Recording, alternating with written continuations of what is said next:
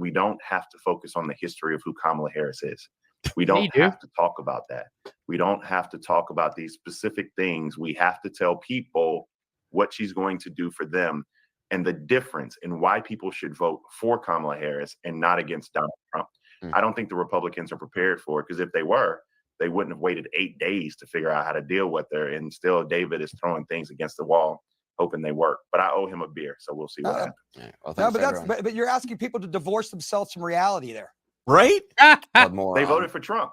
With more in the high stakes, deep stakes. We mentioned top.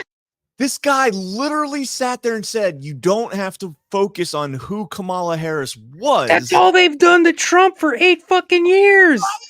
Don't focus on anything that Kamala Harris, don't focus on her putting 1,900 black men in prison for marijuana violations when she was at San Francisco DA's office. Don't focus on her hiding exculpatory evidence against a black man who was convicted of murdering a white family and sentenced to death. Don't focus on the fact that Kamala Harris knowingly hid exculpatory evidence from that man from going to trial.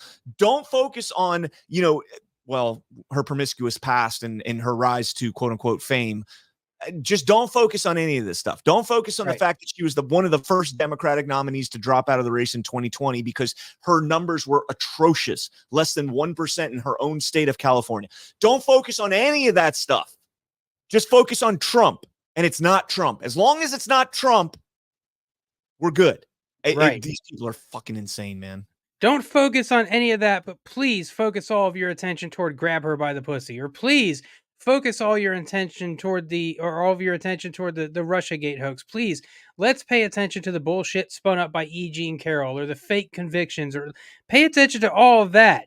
But don't pay attention to any of this over here that proves, from a moral standpoint, she is absolutely, hands down, period, one of the top 3 worst candidates for president the Democrat Party has ever put up, period, end of story, period.